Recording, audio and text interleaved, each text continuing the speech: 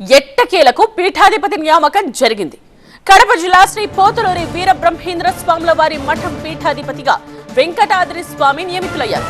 12వ తాత్కాలిక పీఠాధిపతికి 3 ఆధ్యాత్మికవేత్తలతో స్వర్ణ కిరీట ధారణ జరిగింది. ఈ సందర్భంగా మఠం ప్రాంగణంలో ఆధ్యాత్మిక కార్యక్రమాలు చేపట్టారు.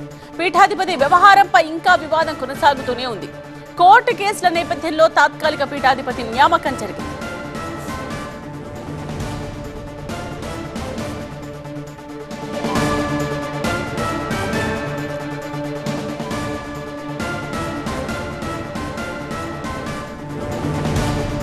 ఇదే విషయానికి సంబంధించిన కంప్లీట్ డీటెయిల్స్ తో ప్రస్తుతం బ్రహ్మంగారి మఠం దగ్గర మా సీనియర్ కరెస్పాండెంట్ సుధీర్ లైవ్ లో సిద్ధంగా ఉన్నారు. సుధీర్, సో ఈ తాత్కాలిక పీఠాధిపతి నియామకం మీద ఏం చెప్తూ ఉన్నారు భక్తులు కానీ అక్కడ ఉన్న వాళ్ళు కానీ, ఇది ఎన్ని రోజులకని నియమించారు? ఇప్పుడు ప్రజెంట్ అయితే దాదాపు 4.5 ఏళ్ల పాటు కూడా ఇక్కడ బ్రహ్మంగారి మఠానికి సంబంధించి ఇక్కడ పీఠాధిపతి లేరు. ఈ రోజు 12వ పీఠాధిపతిగా తాత్కాలిక పీఠాధిపతిగా శ్రీ వెంకటాద్రి స్వామి ఈ రోజు నియమించబడడం జరిగింది. ఏదైతే వేద పండితుల ఆశీర్వచనాల మేరకు 12:10 ముహూర్తం పెట్టి పీఠాధిపతిగా నియమించారు. అయితే వాళ్ళ బంధువులు, వాళ్ళ తమ్ముళ్ళు వాళ్ళందరూ ఉన్నారు ఇక్కడ. చెప్పండి, ఈ పీఠాధిపతి వ్యవహారానికి సంబంధించి 4.5 ఏళ్ల పాటు ఇక్కడ మీరు పోరాడుతూనే ఉన్నారు. ఈ రోజు ఇప్పుడు ఈ తాత్కాలిక పీఠాధిపతి దానికి సంబంధించి ఎన్ని రోజుల వరకు ఉండొచ్చు, ఎప్పటి వరకు ఉండొచ్చు? ఇక్కడ ప్రస్తుతం దాదాపు 4.5 సంవత్సరాల సుదీర్ఘ పోరాటం తర్వాత దక్కిన విజయం ఇది.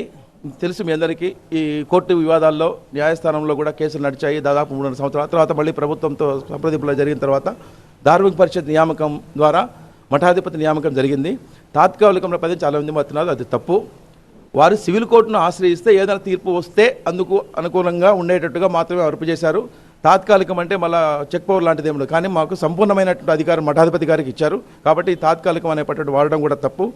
చాలా ఈ కార్యక్రమంలో దాదాపు స్థానికుల దగ్గర నుంచి వివిధ సంఘాలు, రాష్ట్రంలో ఉండేటువంటి బ్రహ్మంగారి భక్తులు, విశ్వబ్రాహ్మణులు, వివిధ సంఘాలకు సంబంధించిన వాళ్ళు, స్వామివారి శిష్యులు వీరందరూ కూడా వచ్చి ఖచ్చితంగా మఠాధిపతిగా వెంకటాద్రి స్వాముల వారు అంటే ప్రథమ కుమారుడు అవ్వాల్సినటువంటి సంప్రదాయం ఇక్కడ ఉంది. అయినప్పటికీ ద్వితీయ భార్య అయినటువంటి మారుతి మహాలక్ష్మి గారు నాకు వీలునామా నామినేషన్ రాశారని చెప్పడం, రెండవ తమ్ముడైనటువంటి వీరస్వామి గారు నాకు కూడా వీలునామాను రాసి లేని వీలునామాను ఉన్నట్టు, రాయని నామినేషన్ చేసినట్టు మభ్యపెట్టి 4 సంవత్సరాల పాటు ఈ వివాదాన్ని పెట్టించారు. ఎట్టకేలకు ఇది న్యాయం జరిగింది. అంటే ఈ రోజు మీ న్యాయం జరిగింది అంటున్నారు. ఈ రోజు ఏదో లంచ్ మోషన్ ఉందని చెప్పేసి అంటున్నారు మధ్యాహ్నం పూట, అది ఏమన్నా కరెక్ట్? అది ఇప్పుడు లంచ్ మోషన్ అనేది ఈరోజు కొత్త కాదు, దాదాపు 4 రోజుల నుంచి కేసు నడుస్తుంది. వాళ్ళు స్టే కోసం వెళ్ళారు, స్టే రాలేదు. ఈరోజు లంచ్ మోషన్ ఉన్నప్పటికీ కూడా ఏదో లంచ్ మోషన్ అంటున్నారు, తప్పదు. లంచ్ మోషన్ కాదు, రెగ్యులర్ డైలీ మోషన్ లిస్ట్ మాత్రమే. అది కేసు ఎప్పుడో నెల క్రితం ఎప్పుడో లిస్ట్ అయింది. జస్ట్ వాయిదాలు స్టే అడుగుతున్నారు వాళ్ళు, స్టే ఇవ్వలేదు హైకోర్టు. స్టే ఇవ్వడానికి కారణం ఏంటంటే ధార్మిక పరిషత్ సజావుగా నిర్ణయం తీసుకుందనేటువంటి అభిప్రాయము న్యాయస్థానంకు నమ్మింది కాబట్టి స్టే కూడా రాలేదు. తాత్కాలికం లేదు, వాళ్ళు సివిల్ కోర్టుకు ఆశ్రయిస్తే తాత్కాలికం అవుతుంది. వాళ్ళు సివిల్ కోర్టు ఆశ్రయించలేదు కాబట్టి తాత్కాలికమైన పదం లేదు. పూర్తి స్థాయి అధికారాలన్నిటి కూడా మఠాధిపతి గారు ఇచ్చారు.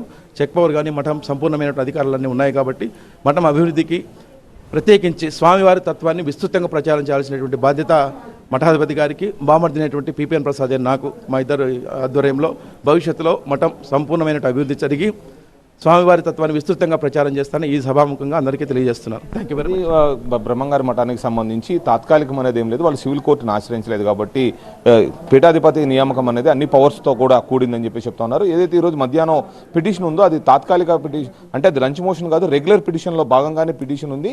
వాళ్ళు స్టే కోసం వెళ్ళారు, వాళ్ళు స్టే ఇస్తారా లేదా అనేది అది కోర్టుకు సంబంధించిన నిర్ణయం అని చెప్పేసి కుటుంబ సభ్యులు చెప్తా ఉన్న పరిస్థితి మనం చూస్తూ ఉన్నాం.